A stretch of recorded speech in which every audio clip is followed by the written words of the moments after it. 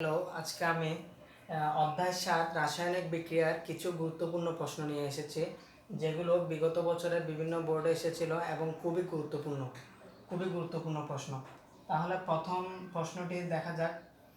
রাসায়নিক বিক্রিয়ার প্রথম প্রশ্ন, রেডক্স শব্দের অর্থ কী? আমরা জানি রেডক্স হলো একটি ইংলিশ টার্ম।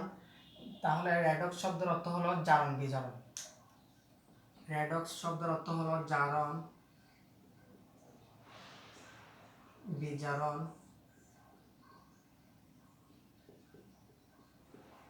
প্রক্রিয়া।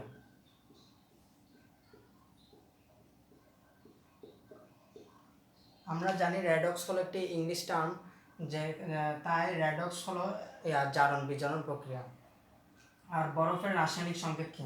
আমরা জানি পানির রাসায়নিক সংকেত হলো H2O, আর বরফের রাসায়নিক সংকেত H2O, আর তরলের রাসায়নিক সংকেত হলো H2O। তাহলে বরফের রাসায়নিক সংকেত হবে H2O। এখানে বলা হয়েছে স্টার কি? তাহলে আমরা জানি স্টার হলো অ্যালকোহল ও জৈব অ্যাসিডের অ্যালকোহল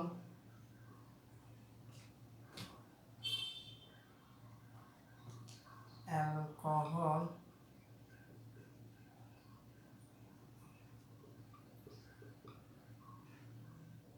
অ্যালকোহল ও জৈব অ্যাসিডের বিক্রিয়ায়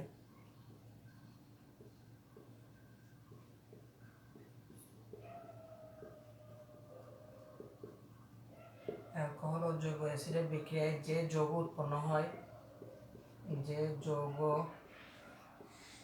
উৎপন্ন হয় তাকে এস্টার বলে।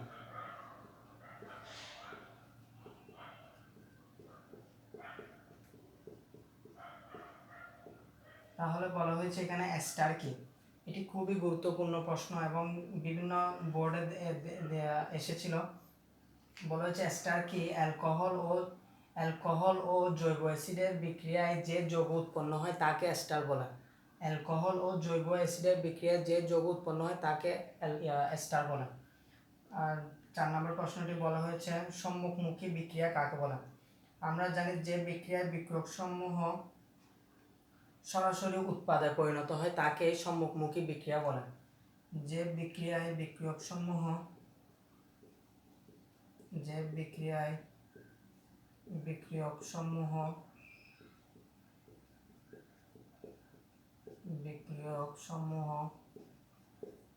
সরাসরি উৎপাদে পরিণত হয় তাকে সম্মুখমুখী বিক্রিয়া বলে। সম্মুখমুখী বিক্রিয়া।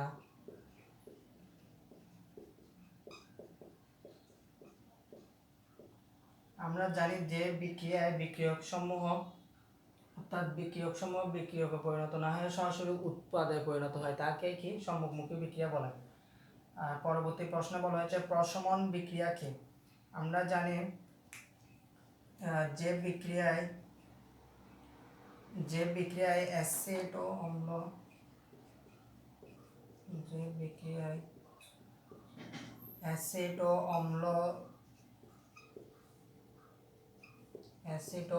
মিশে